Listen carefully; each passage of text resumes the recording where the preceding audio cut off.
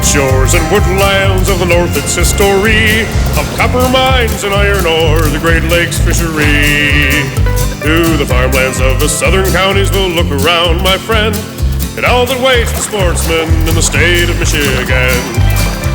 And sometimes when the moon brings out the diamonds in the snow, and the stillness of the forest lies encased in Arctic cold, the wind might whisper through the trees, listen if you can, it tells you all their beauty in the state of Michigan. Hi there, come on in. It is Thursday night, May 6th, 2004, and even though April's been on the cool side, last weekend was blustery, outdoor activities are warming up. Turkey hunters are finding gobblers and will be until the end of May.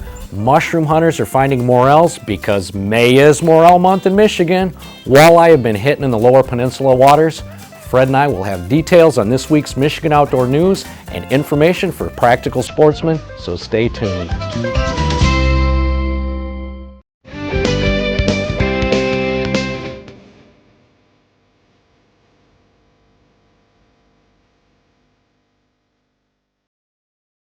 The county we're featuring in this week's Fish and Game Hall of Fame is Calhoun County, located in the second tier of counties above Michigan's southern border between Kalamazoo and Jackson counties.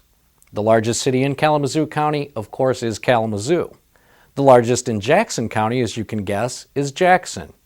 So is the city of Calhoun the largest city in Calhoun County? No, for two reasons. Battle Creek is the biggest city in Calhoun County, and there's no such town as Calhoun any place in Michigan. Where did this county get its name? From John C. Calhoun, an avid state rights advocate who served as Vice President of the United States under both John Quincy Adams and then under Andrew Jackson. John Calhoun never lived in Calhoun County. The settlement started when Cindy Ketchum moved from New York to an area that became the county seat, the city of Marshall, right in the middle of the county where Interstate 94 and US 27 cross. Marshall is known for its Victorian homes and turn-of-the-century architecture. Attorney Isaac Crary and Reverend John Marshall lived in Marshall. Their claim to fame is that in 1835, they designed and wrote into law the plan for Michigan's public school system. You can guess how Battle Creek got its name. There was a fierce battle on the banks of the Kalamazoo River in 1824 between resident Indians and a surveying party laying out the land for white settlers. Battle Creek didn't turn out to be the county seat, but it did become known as the cereal capital of the world. In 1866, two brothers, William Kellogg and Dr. John Kellogg, were working for a health sanitarium at Battle Creek, and they believed strongly that a good diet was important to health. Furthermore, they believed that breakfast was the most important meal of the day. The Kellogg brothers experimented with different production techniques for breakfast cereal and came up with an invention that we call the cereal flake.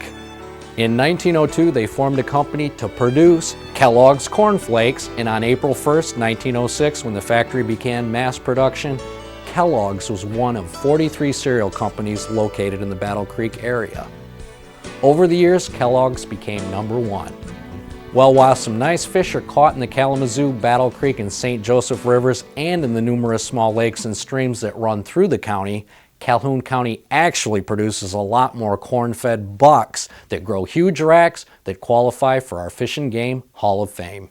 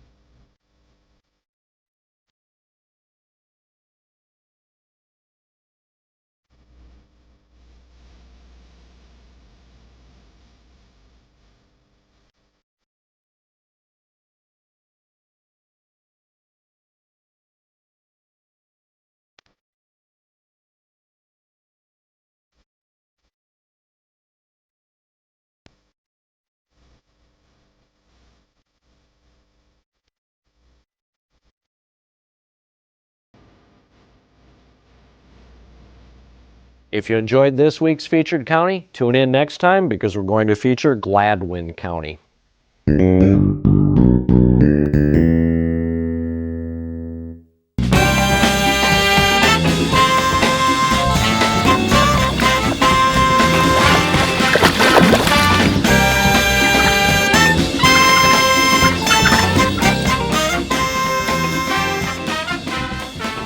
quite a conglomeration of advertisements. We've got Magnaport International. That's to keep the muzzle lift down on the guns of the high-powered stuff. Been to Newfoundland hunting moose? No. Oh. But somebody sent you the shirt. It looks cool. what to tell you. We don't know what to tell you about this. It looks cool. This is Ron Wallace from Lansing, who was hunting in Clinton County, right here, the county that we're in right now. This is a 21.5-pound turkey with a 10.5-inch beard. Whoa, look at that, baby. And you got this on the 21st of April, Yeah, opening day. opening day of your season, and you called it in? Oh, yeah, called her in. I was up here last year at your banquet for one with a double beard and I shot this one in the same exact spot that I shot that one. And they were within 3 miles of the Lansing city limits. Wow. So you already applied and you got your license this year? I forgot to put in for ZZ, so I got turned down for Clinton County, but I might be able to buy a Over the counter? over the counter. Yeah, and then you have the problem as to where you're going to hunt. Same exact spot. I knew that. Ron Wallace, that's great. You know, Yeah. the DNR take a lot of criticism for a lot of different things, and rightfully so sometimes, but the reintroduction of the wild turkey in Michigan is one of the greatest success stories that I've ever seen. Absolutely. Absolutely. Ron Wallace, way to go. We'll see you next year, I'm sure.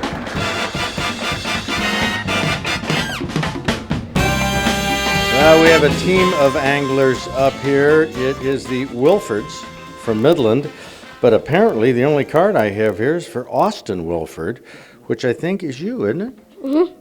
And you caught a crappie Yep. that was how big? 17-incher black crappie. Good man. You know why I'm saying good man? Because it says on the card here it was 16.5 inches. And good man. That's what you're supposed to do. You always round up. And you know 17 is fairly close to 20. That's the next big round number. That's how we do in fishing. How much did it weigh? I don't know that one. Well, it's 2 pounds 4 ounces. I mean, it's almost 2.5. Let's take a look at this. That is one huge crappie from Secord Lake in Gladwin County. And you were bobber fishing in May. That's a nice time to be out there fishing. But you don't just fish in the summer and spring, do you? No. You're an all-around fisherman. You ever fish through the ice? Yeah. You ever caught anything through the ice worth talking about? Yeah, I caught 3 pike. Yeah, what about that yellow perch? I got that when I was up at my grandma and grandpa's. I was ice fishing and, Yeah? That's Yep. this one right here? yep, And how big is it? 14 inches. Yeah, that's right. You caught it on a tip-up? Yep. Oh, that's how you got the pike then. Yeah. So this was an accidental catch. I caught 2 on the, 2 pike on the. 2 pike. Yeah. So did you go out when the flag went up, did you grab the line yourself right from the get-go? Yeah.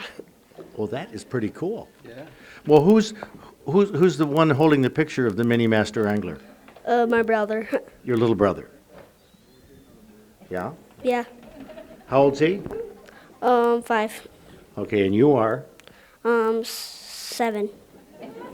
That wasn't a trick question. 7. When are you going to be 8? January 15th. Oh, okay, so you just had a birthday. Well, very good. Austin Wilford from Midland, I mean. You got a great pair of fish there. The mini master angler, I'd say you're getting pretty big, though, to be called mini, don't you? Yeah. Yeah. Okay, well, congratulations. Way to go. The Wilfords.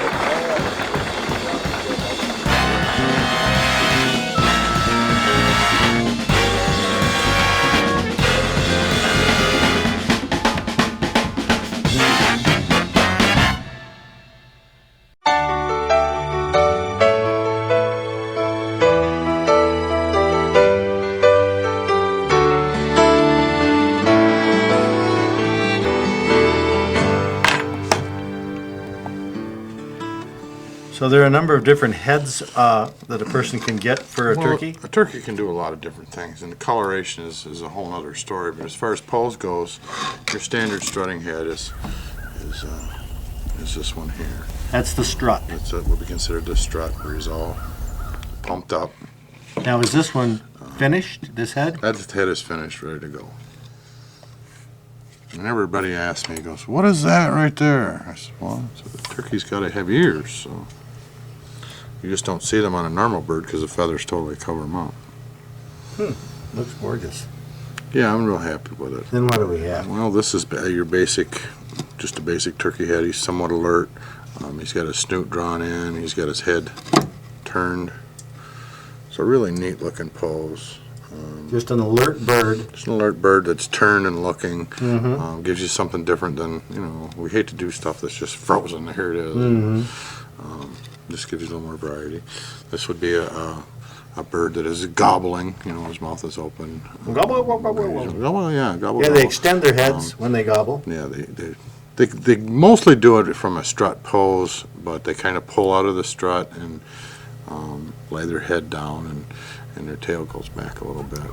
But they're still quite pumped and fluffed up.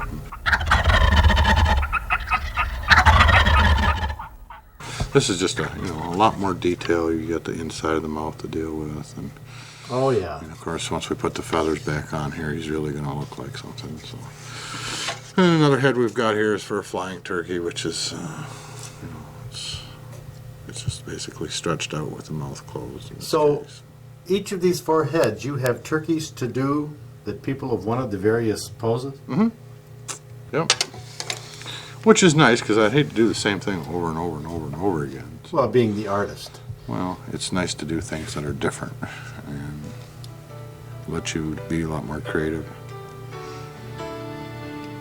Tim Hayes puts a lot of time into recreating the head of a turkey, something that requires a lot more effort than meets the eye. Only tom turkeys with beards are legal quarry in the spring turkey season.